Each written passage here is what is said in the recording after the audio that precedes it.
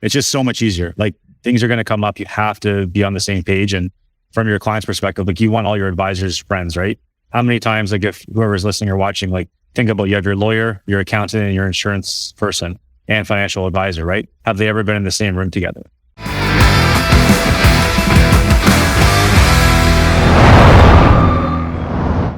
So I'm super excited here today to have our guest, Michael Dutra, who's the CEO of Michael Dutra Estate Planning and Insurance. Hey, Mike, I'm going to call you Mike here, but it's Michael or Mike, but thanks for joining us today. That's all good. You can call me Mikey if you want to. Third nickname, right? Yeah. So I appreciate you joining me today for this conversation, because we're going to get into things such as estate planning, insurance, family business, being a business owner in general, what to look for, taxes. But maybe you can give our audience a little bit of background in terms of, what you do right now and how you actually got here. Sure. So, people hear you're an insurance advisor, a consultant, and that means, there's the stereotypical kind of impression of what that might mean, right? I think what I do on a day-to-day basis would blow people's minds. It's not what they would necessarily, anticipate. But the firm is focused mainly on, tax minimization, family business transfer of ownership, multi-generational planning, risk management, and about a dozen other things. But we really try to provide advice and planning opportunities that use insurance products, of course, but the savings and the benefits to the owners, to the families are incredible. We work alongside their accountants and lawyers and everything like that, but we do quite a bit for the business owners. Oh, that's cool. So how long have you been doing this for? 13 years right now. Oh, wow. So yeah, first career ever. Started off as a wealth advisor, and always loved the insurance side of things, estate planning, tax planning. I guess I'm one of the people that actually literally loves to talk about insurance and taxes. So it was a perfect fit. I typically see a relationship there, or you can say, whether it's a collaboration or individuals, or an association where wealth advisors and insurance kind of go hand in hand. So either someone who is focusing on insurance typically had or came from the wealth world, or because I rarely come across individuals who just have never done any of the wealth side. So they are out there, they're out there, but what made you transition from wealth to insurance?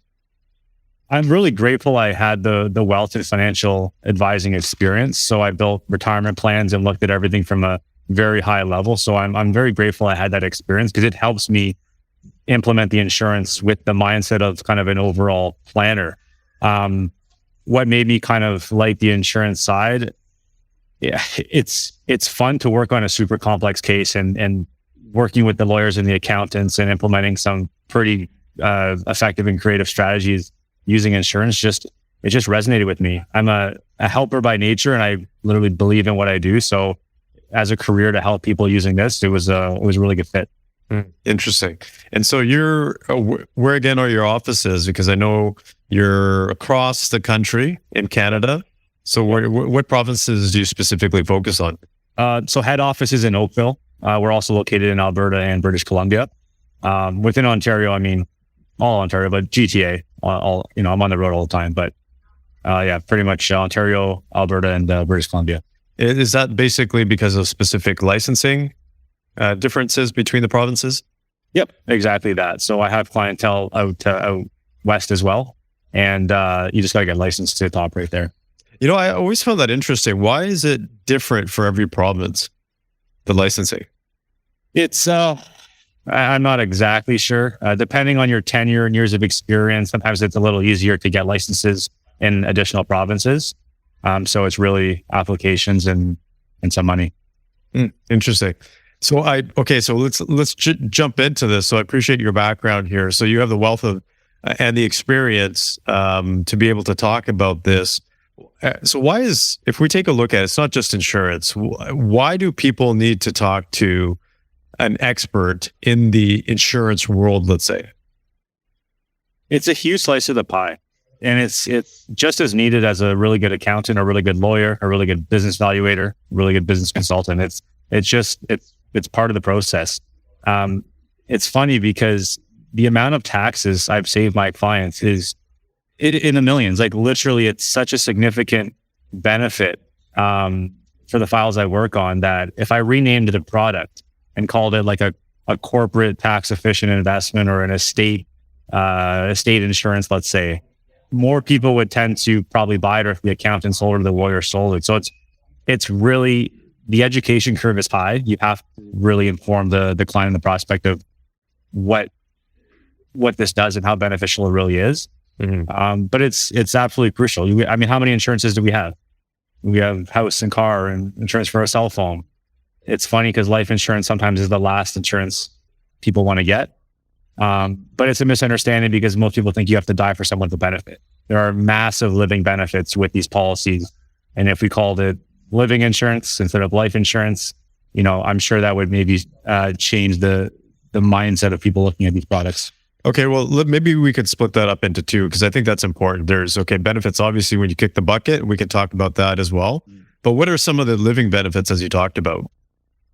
So there's a whole bunch of different types of insurance, right? Some people, I think, mentally group insurance into one thing. But if we were to break it out, there's term insurance, which is you have to kick the bucket. You die, family gets money, which is great. It's a perfect fit for a perfect need. For those who want more of a living benefit, we're looking at tax-exempt whole life insurance policies mainly. And how these work is you pay money every single month or every single year. You give the money to the insurance company. They in return take that money and make their own investments. Now, some of these insurance carriers have 30, 40, 50 billion dollars in assets within these funds, and they're investing in things we can never get access to as individuals. So what they say is, okay, you've given me X. We're going to guarantee that if you were to kick the bucket, we're going to pay you out X amount. But while you're alive, we'll call it almost like an open door policy where you can still access the money you've been giving us. Mm-hmm. And we're keeping it in this fund and it's growing. You're not paying tax on the growth year after year. It's guaranteed to go up every year. It's also guaranteed not to go down every year. So it's in the contract you sign with the insurance company. On a bare minimum, your investment's going to literally increase every single year and never drop. So you're never going to hear from me and say, you're down 30%. It's literally always going to be like a set of stairs. And it's very liquid. So you should be using the money you're putting into these policies during your lifetime, whether it's for business expenses, expansions, investments, whatever, or for the personal side as well. So where do you see people using that from a business owner perspective? Is there a specific trigger moment or a point, or is it during when someone gets married, when they have kids, when they're buying a business, selling a business? Usually when they're at a point where they're starting to accumulate retained earnings. And in their corporation, maybe they have some real estate, maybe they just have some cash sitting, they might have some stocks, and all of which are great assets. I'm a big fan of that. I have that myself. But there's going to be a point where you need to add another asset to that portfolio, and that's going to be the tax-exempt whole life insurance policy. So it's going to be very complementary to what you already have. It's going to solve a lot of problems, and it's going to be there when you need it and should use it. Interesting. So let's talk about, so is that the only living benefit? Like what other benefits, why would a business owner even consider this? Whether it's not that specific policy, but what other benefits? Because we work with business owners all the time. And a lot of the times, people want to do things for their family. But a lot of times, if you have a lot of money, sometimes people say, they're going to get a ton of money anyways. Why do I even want to bother with insurance? Yeah, I hear that all the time. So some of the benefits would be if you're a business, like I think the business owner example, you're a business owner and something comes up emergency wise or an investment opportunity. If you don't have the cash on hand or you need to get financing, you're going to have to go through credit applications and 2-year NOAs and 2-year financial statements, and maybe you're not approved. Maybe you're already maxed out on your borrowing capability. So this is going to be a nest egg you can accumulate and borrow from on a tax-free basis. It's guaranteed within the insurance contract. As long as what you're borrowing isn't above the ACB, it can be done on a tax-free basis. So it pretty much guarantees you access to very tax-efficient capital, let's say, from a business perspective, but also from a personal perspective. So if you're a business owner, you're accumulating money. It's a good thing because the corporations are taxed at either 12.2% or 26.5% in Ontario. The downside of accumulating cash in the corp is that one day you're going to have to take it out. And when you go to take it out, you're paying salary or dividends, which is typically the two most common ways people take money out of the corps. But now they're going to put themselves in 53.53% tax bracket potentially, right? Above 220. So another planning opportunity is to accumulate the cash value in your corporation with corporate dollars. And when you're at the point of retirement or needing tax efficient personal income, you take the cash value and you use it as collateral and you obtain a personal line of credit equal to the cash value. So if you accumulated $1 million or $5 million in cash value in the investment part of a whole life policy, you get a personal line of credit equal to that. And now it's a live off the line of credit, paying the interest or maybe capitalizing it as well. So it's a way to kind of access corporate dollars for personal use without, paying massive tax bills. Much more to consider. There's guarantee fees and interest rates and some underwriting required. But from a very high level, it's an additional way to very tax efficiently get money out of the corp for personal use.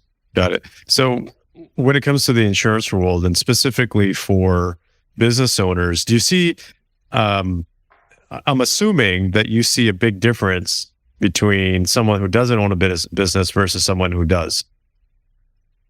Yeah, I definitely do. I mean, to be honest, most of my clients do have some sort of a corporation or business. So maybe I'm a little biased and more used to working with that segment. And there's also like slightly more benefits to the corporate. If you have a corporation to buy these policies, like there's additional benefits. Not to say it's not worth it for an individual just to buy a policy themselves. But there's just more things, more planning opportunities that can be created when you have a corporately owned life insurance policy. Yeah, got it. And so do most advisors on the insurance side, from your experience, do they all know, like vast majority of them know how to do these complex insurance structures? No, like honestly, not at all. And that's just the reality of it. It's it's hard to learn. Like it's very complicated stuff. And yes, there are some that can, but it's probably like many industries where there's like kind of the top few percent that are like true experts in it. And who are doing it day in and day out, essentially. And so how do you work with the accountants? Because this is kind of maybe not necessarily an overlap, but what I find is that I'm seeing that a lot more now where accountants are actually starting to get licensed for insurance because they see a lot of revenue opportunity there. There's accountants that want to get the wealth side as well, but I think that's a little bit more challenging, I think, from a regulatory perspective. But I'm seeing that trend now because I think a lot of people are seeing the additional revenue that they can make from the insurance. So how do you work with accountants? So I guess my question is this: who is the actual tax expert when it comes to these insurance policies? Is it a combination of the accountant and you, or do you feel like you have more, you can say, tax insight when it comes specifically to insurance policies than accountants do? It's a healthy combination. The accountant's necessary.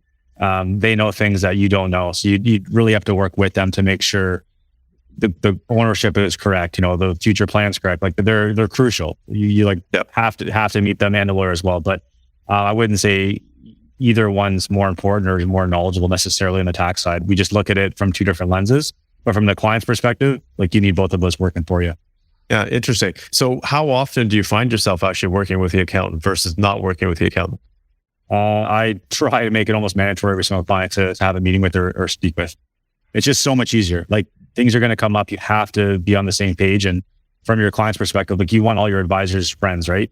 How many times, like if whoever's listening or watching, like think about you have your lawyer, your accountant, and your insurance person and financial advisor, right? Have they ever been in the same room together?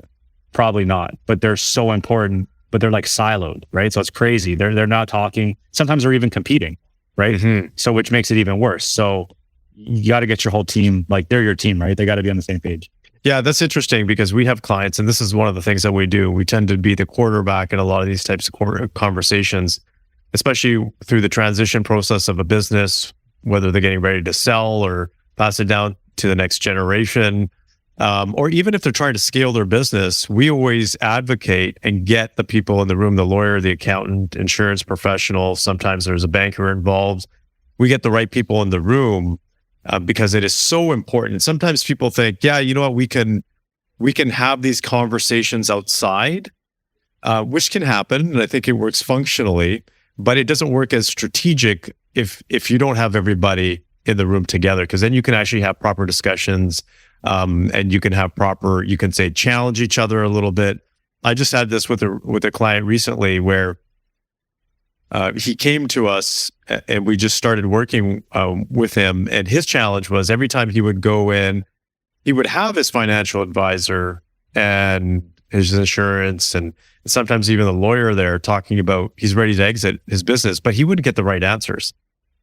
And sometimes I think in that situation, if there's not, I'm going to say one quarterback, it's tough. So I'm assuming in your situation, you may be the quarterback bringing these people together. But I found that this business owner just always got confused because he didn't know what questions to ask the group. And so the professionals were just spinning circles in their own little, you can say, corners, talking about their expertise, but no one was really talking strategically in terms of, okay, what's a bigger picture and how do we all work together?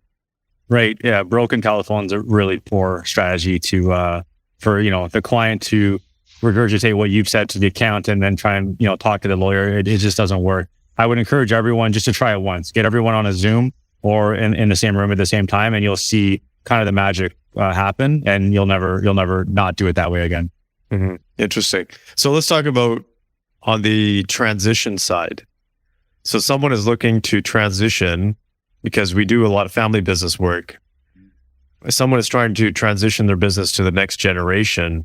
Where does insurance fit in there? So the probably the most common scenario is, mom and dad started a business 20 years ago, 30 years ago with, zero in the business, worth essentially nil at the time. Now the company's worth 5 million, 10 million, whatever, $100 million.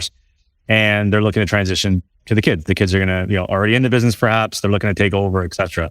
So from a transition perspective, one of the things to consider are the value of your shares when you started the business was zero. Now the company's worth $10 million. So there's going to be a pretty big capital gain owed, right? Capital gain tax is owed. And most people don't even realize that in the first place. So what most accountants and lawyers would suggest is an estate freeze, which essentially freezes the value of the parents' shares. The kids get new shares issued in their name, and then the future growth is all in the child's name, adult children's name. The two positives to implementing an estate freeze, especially if you're passing down a business to your children, is number one, you've kind of frozen the value of your shares, so there's not going to be, the tax was kind of stopped. It still exists, but it's stopped. The second thing is you can literally calculate to the dollar how much of a tax bill you're going to owe, and then buy the insurance equal, like dollar for dollar, to cover that tax liability that's eventually going to occur when you pass away. So if you do the math and you're going to owe $2.5 million in taxes owed after the estate freeze, then you can go buy a $2.5 million policy, and you can at least be rest assured that that part of the problem will be solved when you pass away, and the kids can take over the business with no liquidity shortages in the estate. And do you feel like parents actually really care that much? It's whether they care or not, the tax will still be there. And so it doesn't matter if they care or not. They got to do something about it. And whatever that tax bill is, I'll use the 2.5 million example. How are you going to pay for that? And that's where I come in, because it's funny. It's one thing to calculate the tax bill, but then it's a second conversation, how you're going to come up with the money for 2.5 million. Mm-hmm. And if a family had that in cash, yes, they could take the 2.5 in cash and tell their executor, take this to pay off the tax bill, and problem solved. And it's true. You've just solved that problem. But I always argue in a scenario like this tax bill is only owed when you pass away. So in other words, you only have to come up with 2.5 million the moment you pass away, not years before. So if you bought a $2.5 million policy, it's going to cost you significantly less than $2.5 million. It's going to cost you, let's say it's 30, say you put in $500,000 or 700 grand into a policy that's going to pay out 2.5 million. Well, you've just saved over $2 million that if you had that in cash, go spend it during your lifetime, right? Go improve the utility of your life. You don't keep that aside for no reason. So there's a lot of savings and really good planning. So I'm going to ask a question on behalf of the skeptics here, because as a skeptic, someone would say, well, how does that make sense? Why would an insurance company even offer that, knowing that they're going to have to pay a bill at the end of the day, and the insurer or whoever's paying for the premiums is going to be paying less than what the payout is? What's the benefit? How does that work for an insurance company? Why would they even consider doing that? The history of life insurance literally goes back to the Romans. That's when it was first tracked, and the soldiers would each put in like a ruble or a ruble or something into a pot of money. So as a soldier was killed, they would take the money and help pay for the burial expenses. It was still expensive, like 600,000 years ago, to bury someone. I didn't know that. That's interesting. Wow. Yeah, that's when it could be traced back to is the kind of the Roman era. So it hasn't changed since then. Where I get like conceptually, it's like I put in a third of the cost, and they're going to pay me 3 or 4 or 5 times or 10 times the amount. But you look at the infrastructure they have, the actuaries, they're on top of their stuff. They know that life expectancy, you're only 45. You're not going to kick the bucket to 85, let's say. So we have 40 years to ideally grow that money. And these insurance companies have been around for like 175 years, never missed a dividend, always stable growth. It's been working pretty good so far. Yeah, interesting. So do you ever find that the children pay for the policy?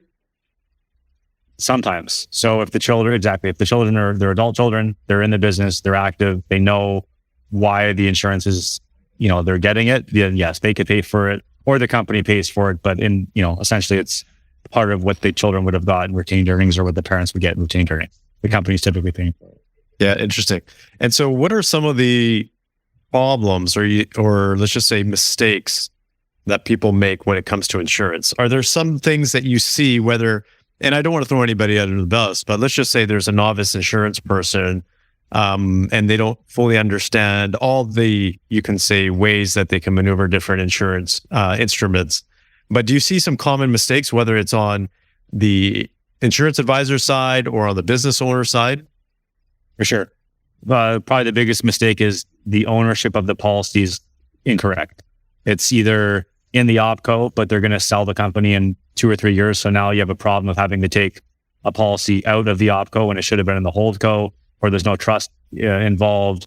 The structure of how many years the client would have to pay for the insurance isn't done very well. So their payment plan might exceed their timeline to sell or pass down the business. So now it's like kind of finding the parents are out of the business, but they still have insurance premiums to be made. So that's typically can be an issue as well. And then last I would say is, honestly, it's waiting too long and you have health issues and you can't get it in the first place. Interesting. Yeah. Okay, great. So what tips do you have for business owners out there, family business owners, when it comes to insurance? Try and find someone who's good at insurance and just hear them out. Like, you'll be able to tell. It's a gut feeling, right? Is this person doing it for my best interest? And cross-reference with, their referrals and your lawyer, get your lawyer and accountant to meet with them, and just, you got to give it a shot. It doesn't cost anything to get like an analysis or a consultation, but reach out to someone who has a couple letters next to their name, let's say, some years behind them. And like, just look through your options if you haven't. It's just yeah. So there's one more thing to add. Sorry. I've like literally never had someone go through the full experience and be like, oh, that wasn't worth it, or I definitely didn't learn anything. Every single person's like, did not know almost all of this. That's interesting. So throughout that journey, how long do you typically stay with your clients? Through, as we're implementing the policy, or going the policy, or even staying in touch, or, is this kind of like a lifelong relationship that you have with your clients, or? It's the longest product you can buy, right? Yeah. It literally doesn't end. So, in my career, I've had 4 clients pass away.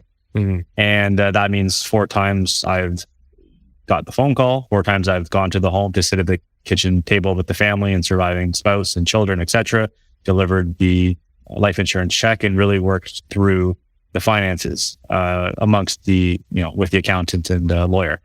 It's a forever product, right? We're not selling another, blue jacket and you're never going to see me again. This is about as long as it gets. So I always say, like, yes, education's crucial, obviously, experience, of course. But the third thing people need to consider is this the person they are comfortable with sitting at the kitchen table if they were to prematurely pass away with their family? Is this someone they trust? And then it's almost beyond after you pass, because I still have the family to work with and the kids to work with. So Yep. I have many families where I have the grandparents as clients, the adult children as clients, and the grandchildren as clients. So it's a very long-term product. Yeah, I can see that. That's really interesting. So I'm always curious, how do you typically get involved with your clients, or how do they come to you, or who refers them to you? Because that says a lot, because I think this is important for people to hear, in terms of where or when most people come to you. I'm very proactive in my marketing. I always have been. I've door knocked every city, like in my early careers, right? Door knocked, cold call, did the boost, did everything like that. Now I host a lot of seminars at restaurants, things like that. I'm very active on LinkedIn, YouTube channel, podcasts, speaking with people like yourself, lawyers, accountants, networking events, kind of all of that. It's consistency and getting kind of the message out there, the education out there, your brand out there, and things, fall into place quite nicely when you do that. Interesting. And so for me, insurance is very important. That's one of the first things. I didn't have an insurance. Well, I had it through work when I was in the corporate world at that time. But as soon as I found out that my wife was pregnant, and so I didn't have my corporations at that time. But as soon as I found out she was pregnant, I'm like, okay, now I got to get insurance, because that was a trigger point for me. But I remember I grew up in the financial institution space. I remember one of my first roles as an advisor. I actually started in wealth, but didn't really like it because people would always get pissed off if, the market went down or something wasn't perfect.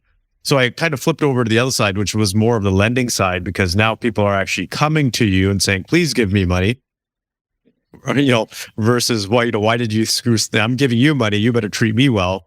So it was a completely different atmosphere, environment. But part of that, there was an insurance element too, especially on the lending side, which was very important, because if people are taking out big loans and something happens, you want to make sure that you're covered. And so I saw this firsthand, and I just remember this one, you can say, situation or incident that happened. It wasn't my client at that time, but it was my colleagues. But I had met this client a number of times, and it was a husband and wife that had just gotten a mortgage. And as they declined the insurance, and as they were driving home, they got into a car accident and the husband died. And, we're just talking about within a couple hours of them signing this big mortgage. And all of a sudden now it's like, okay, what does she do? Right? Because she didn't have the policy. And how could her life have been different had they actually taken the policy on that? So I'm always and I haven't had to deliver many myself, but I've had some great conversation where spouses have gotten insurance, and it's helped them out significantly, whether it was on the life side or even critical illness, right? That's another element, or disability. So I've seen both sides, and I'm a huge supporter and fan of insurance, because you just don't know what's going to happen in life. And in this case, in terms of what you do, there's a lot of benefits. No one wants to pay tax, right? And anytime we don't have to pay money where we don't need to, that's the whole point of being an entrepreneur. Absolutely. Insurance is whatever type of insurance it is. It's something that I understand people aren't excited to pay premiums for any type of insurance, but when the need is there, when something happens, everyone wants the insurance. Mm-hmm. Everyone wants to make sure they have the most insurance, it's all covered. So it's kind of like a back and forth of, wanting to actually pay for something, but of course, when something happens, whether it's a car accident, your basement floods, whatever, people want the insurance at that point. Yeah. So I want to thank you for joining us here, Mike, and tons of wisdom. We're going to have you on again, because I want to get into a little bit more of the complex stuff for business owners, especially when it comes to transitioning, and not necessarily, we're not all about, hey, we want to give you all the information here through this platform, because you definitely need to sit in front of a professional and talk out your specific scenario. But I would like to get into things a little bit deeper, because I don't believe, and I know this from my experience, right? In our industry as business advisors, or you can even say consulting world, not everybody is equal in terms of their knowledge, skills, and experience. And so we've had to pick up pieces where some of our colleagues, and no offense to anybody, have just fallen short in certain things. And so I'm going to say, very nicely that I don't believe that all insurance professionals are equal in their wisdom either. So I think it's important for people to go out there and find the best of the best, because when it comes to this particular area, like insurance, you don't want things to fall through the cracks. So where can people go to get a hold of you, to get more insight from you, and maybe contact you directly? If you check me out on LinkedIn, just search Michael Dutra. My website is michaeldutra.ca. I also have a YouTube channel and a podcast. It's Mike Check 1212, MIKE. I had to go with the name, too good to give up. So check me out, Mike Check 1212 on YouTube or Spotify, Apple, things like that. Okay, awesome. Well, thank you for having us. We're definitely going to have you on again. So take care. Appreciate it. Thank you.